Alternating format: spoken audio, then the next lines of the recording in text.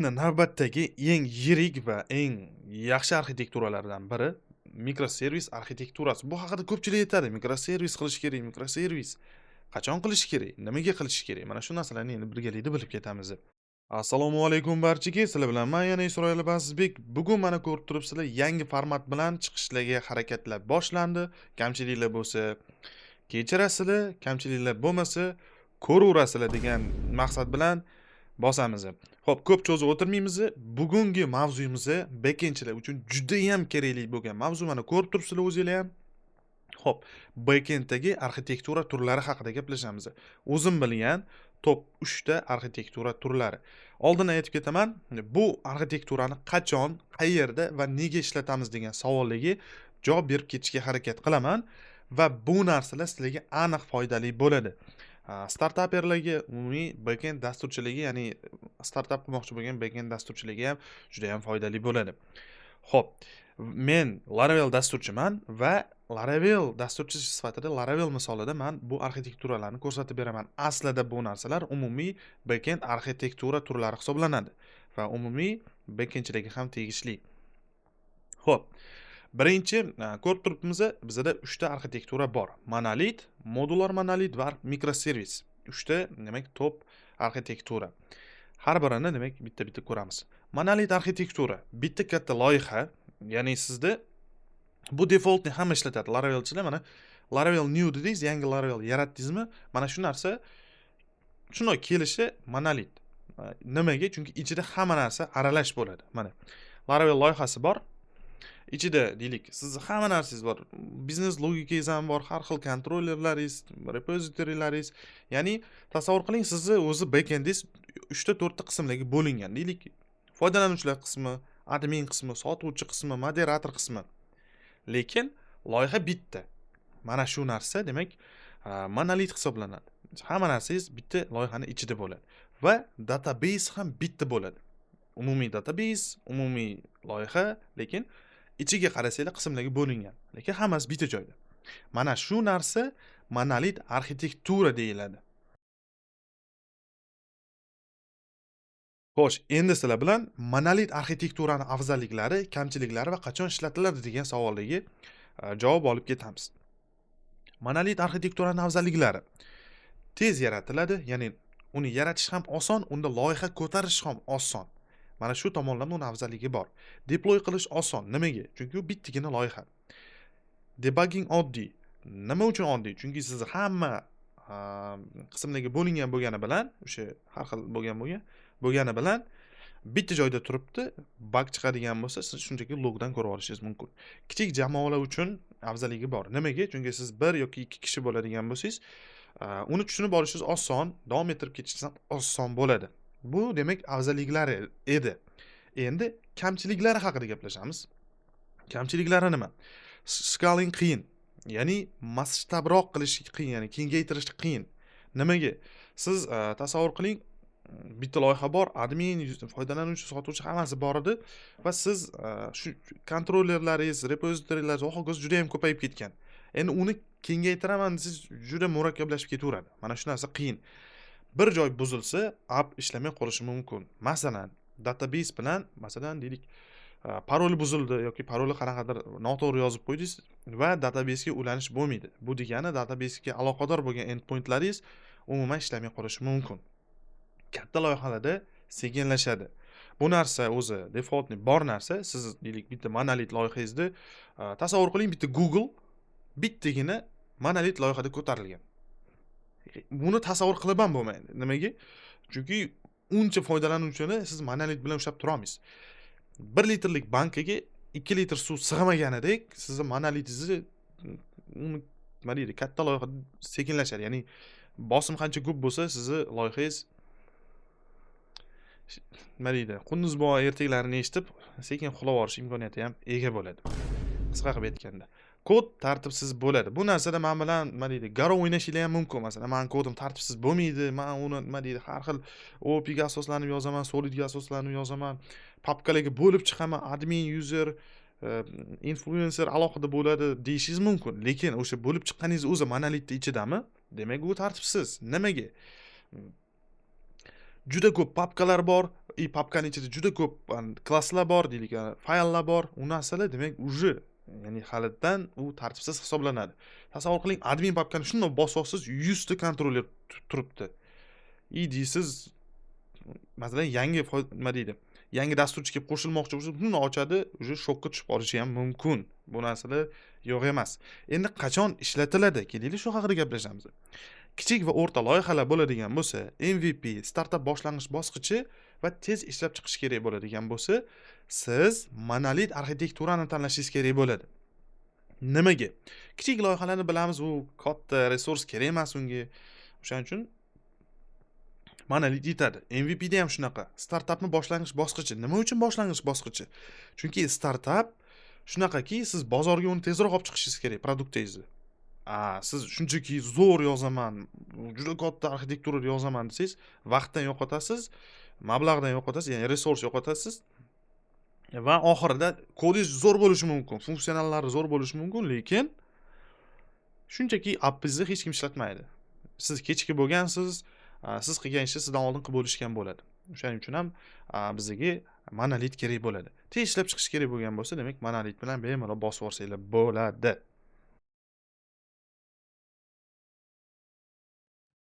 Xo'sh, mana endi navbatdagi arxitekturamiz bu o'rtacha arxitektura, modular monolit arxitekturasi. Modullar bo'yicha ajratilgan arxitektura. Bu qanday bo'ladi? Bu ham monolit degan nomidan bilsanglar bo'ladi. Monolit bo'ladi, lekin uning ichida alohida modullarga bo'linadi. Modullarga bo'lish qanaqa? Mana Laravel misolida user modul degan alohida papkangiz bo'ladi bitta Laravel app ichida. Uning ichida alohida kontroller, alohida model, alohida servislaringiz, rautlaringiz alohida bo'ladi.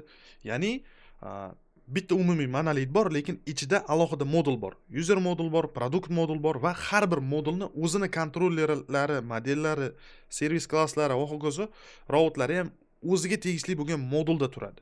Bu degani sizning loyihangiz anchagina kengroq bo'ladi va alohida bo'ladi. Bu narsa demak bizga kerak. Va endi afzalliklari va kamchiliklari haqida ham gaplashamiz. Xo'p, afzalliklari: kod tartibli va tushunarli bo'ladi.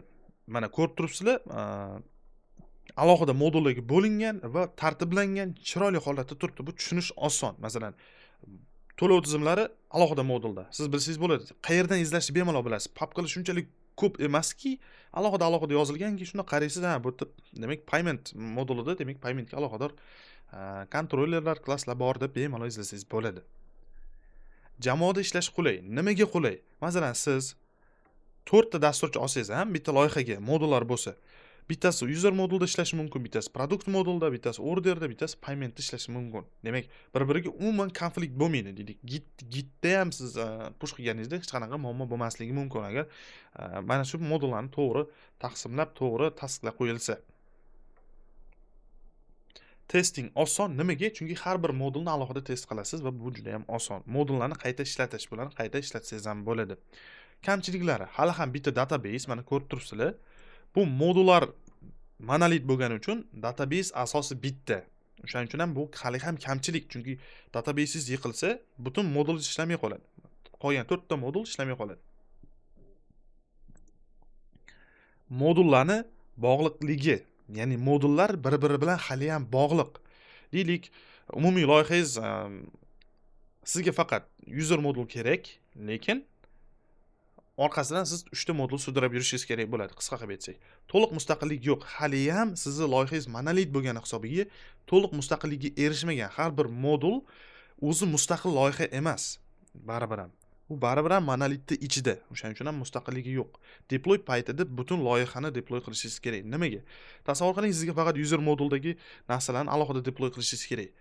Lekin uni alohida qila olmaysiz. Sababi u o'zini chaqirsangiz ham orqasidan 3 ta modulni yetaklab keladi, mana ko'rishingiz mumkin. User modul kerak, lekin siz mana bu 3 ta modulni ham birga olib kelishingiz kerak.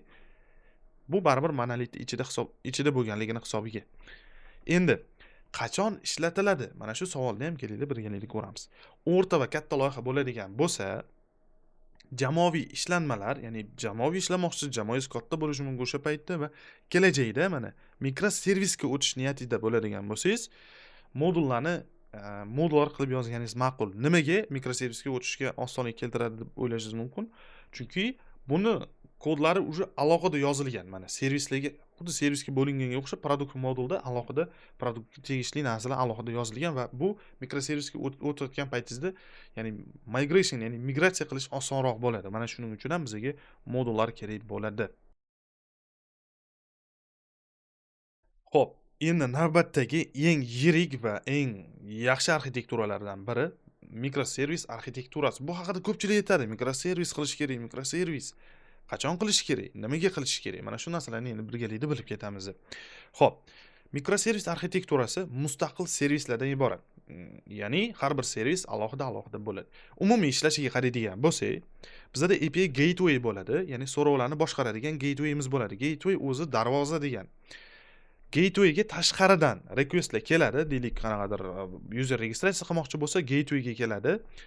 Gateway o'sha kelgan requestga qarab, qaysi servisga yuborishni hal qiladi. Masalan, userga bog'liqlik narsalar bo'lmoqdami, demak, u user servisga demak request yuboradi. Qandaydir so'rov yuboradi. Keyin user servis uni alohida requestini ishlab chiqib, unga qaytarib response qaytaradi. Va API gateway uni tashqariga yana qaytarib beradi. Mana shu tartibda ishlaydi. Deylik, sizni loyihangiz mana uzum, deylik uzum. Unda ko'p bosqichlar bor. Sotuvchi paneli bor, ya'ni bilamiz, xaridorlarniki bor. Mana shu tartibda bo'lingan desak bo'ladi. Mana shu narsani mikroservislarga bo'lib tashlaydigan bo'lsanglar, gateway orqali keladi, foydalanuvchi registratsiya qilish kerakmi? Bo'ldi. Mana shu servis javob beradi. Uning uchun boshqa servisdagi narsalar ishlamaydi. Va yana bitta narsa, har bir servis alohida deyilganligi uchun bekorga deyilmagan, har bir servisimiz alohida yurg'iziladi. User servis masalan 8001 portida, produkt servisimiz 8002 va bularning databaselari ham alohida. Tushunishinglar uchun har biri alohida Laravel yaratgansiz. Laravel new qilib user servis yaratdingiz, produkt servis yaratdingiz va bular har biri har xil va bir-biridan mustasno. Ya'ni produkt servisingiz yiqildi kun kelib, endi nimadir bo'lib yiqildi, lekin qolgan 3 ta servisingiz ishlaydi. Unga muammo bo'lmaydi. Faqatgina produkt servisga aloqasi bo'lgan joylar ishlamasligi mumkin, lekin butun dasturingiz o'zidan o'zi yiqilmaydi. Shunchaki ma'lum bir servisingiz yiqilishi mumkin. Endi buning afzalliklari va kamchiliklari haqida gaplashamiz. Xo'p, afzalliklari to'liq mustaqil servislar. Bu juda ham afzalligi hisoblanadi. Aytganimdek, alohida database alohida run qilinadi. Va yiqilsa ham bir servisni o'zi yiqiladi. Alohida scale qilish, ya'ni alohida kengaytirish imkoniyatimiz ham bor. Turli texnologiyalar. Ya'ni bu ham juda ham katta plusimiz hisoblanadi agar mikroservis ishlatsangiz. Turli texnologiya deganda nima degani? Masalan, API gateway bor. User servisingizni Laravelda yaratib, produkt servisingizni siz masalan Go da yozishingiz mumkin. Order servisni masalan Pythonda yozishingiz mumkin. Xohlasangiz boshqa tilda yozing, Rubyda yozing masalan. Mana shu tartibda ishlaydi. Mikroservislar alohida servis bo'lgani hisobiga faqat bitta tilda yozish majburiy emas va bu bizning plusimiz hisoblanadi. Ya'ni mikroservis arxitekturasini plusi hisoblanadi. Mana shunaqa Google'lar mana shu tartibda ishlaydi. Kerakli joyga kerakli til ishlatiladi. Masalan, sun'iy intellektga aloqador joyi bo'lsa Python yoki tezlik kerak bo'lsa, qanaqadir yaxshiroq, ya'ni bosim ko'proq bo'ladigan bo'lsa Go ni ishlatishadi. Ba'zi bir joyda PHP ishlatish mumkin. Mana shu tartibda ular dasturlarni bo'laklarga bo'lib tashab, har birini alohida ishlaydigan, oxirida ulkan bir Google paydo bo'lishi mumkin. Va bir servis buzilsa, boshqalari ishlaydi. Ya'ni aytib turibdi. Masalan, order servisingiz yiqilsa, bu degani butun loyiha yiqildi degani emas. Bu narsa katta plus. Endi kamchiliklariga keladigan bo'lsak, asosan kamchilik tajribasizlikdan bo'lishi mumkin. Mana kamchiliklar juda murakkab. Ya'ni siz bilmasdan turib mikroservis qildingiz, yaxshi ishlamasligi mumkin yoki umuman ishlamasligi mumkin. Bu narsa produktingizga minus olib kelishi ham mumkin. Xo'p, DevOps bilimlari kerak. Nimaga? Chunki har bir servis alohida run bo'ladi va uni birlashtirishingiz kerak. Oxirida demak API gateway bu bilan bog'lanadi. Demak, alohida run qilib, alohida demak deploy qilishingiz kerak bo'ladi. O'shaning uchun ham DevOps bilimingiz kerak bo'ladi. Network orqali sekinroq, ya'ni siz mikroservislarni bir-biriga bog'lash turlari bor, protokollar bor. Masalan, REST API bilan bog'lashingiz mumkin, ya'ni hamma servislar bir-biri bilan ma'lumot almashishi mumkin. Mana shu holatda REST API bor yoki message brokerlar bor, masalan, RabbitMQ, MQ yoki Kafka va gRPC protokoli ham bor. Bu Google tomonidan ishlab chiqilgan. O'sha Go'chilar juda ko'p ishlatadi bu narsani. Laravelda men ko'rmaganman, o'zim ham qilib ko'rmaganman bu narsani. Agar siz REST API bu eng soddasi, osoni, lekin sekinroq ishlaydigan varianti. Chunki oddiy request yuboradi, respons oladi. Message broker undan tezroq va gRPC ancha tez deb eshitganman. Amalda ham ko'rsatishgan Go'chilar anchagina tez. Bizga eng ma'quli demak message broker hisoblanadi. Va monitoring qiyin. Monitoring qiyin. Nimaga? Hamma servis alohida bo'lganligini hisobiga siz uni monitor qilishingiz qiyin bo'lib qoladi. Chunki hammasi umumiy bitta joyda emas, qilsangiz bo'ladi, lekin qiyin. O'sha hammasida ma'lumotlarni yoki qanaqadir bosimlarni ko'rib turaman desangiz, demak alohida buning uchun ham boshqa o'tirishingiz kerak bo'ladi. Endi qachon ishlatiladi? Juda katta loyiha bo'ladigan bo'lsa, mikroservisda boshlash kerak. Yuqori lovat, ya'ni bosim yuqori bo'lsa va katta jamoa, mana shu katta jamoangiz katta bo'ladigan bo'lsa. Endi bunga misolda Netflix, Uber, Amazon kabi kompaniyalar demak mikroservislarni ishlatadi. Aytganimdek, Netflix masalan foydalanuvchilari menimcha millionlab foydalanuvchilari bor va Netflix qotadigan bo'lsa, bu o'zi uchun minus. Foydalanuvchilar qotadi deb undan negativni bo'lib, chunki Netflix ishlatmay qo'yishlari ham mumkin. O'shaning uchun Netflix nima qilgan? Mikroservislarga bo'lib, kerakli joyga kerakli narsani ishlatib tashashgan. Xo'sh, umuman olganda arxitekturalarimizda mana shulardan iborat. Agar xohlasanglar, har bir arxitektura uchun biz alohida video qilishim mumkin va har birini dona-dona o'rganamiz. Endi monolit o'rganish shart emas, chunki oddiy Laravel yaratishingiz uchun monolit. Bizga kerak modular va mikroservislar. Agar qiziq bo'ladigan bo'lsa, izohlarda yozib qoldirishingiz mumkin va men sizga har biri uchun alohida video qilib praktika ham qilib ko'ramiz. Sizlar bilan Isroil Bazbek bo'ldi. Keyingi videolarda ko'rishguncha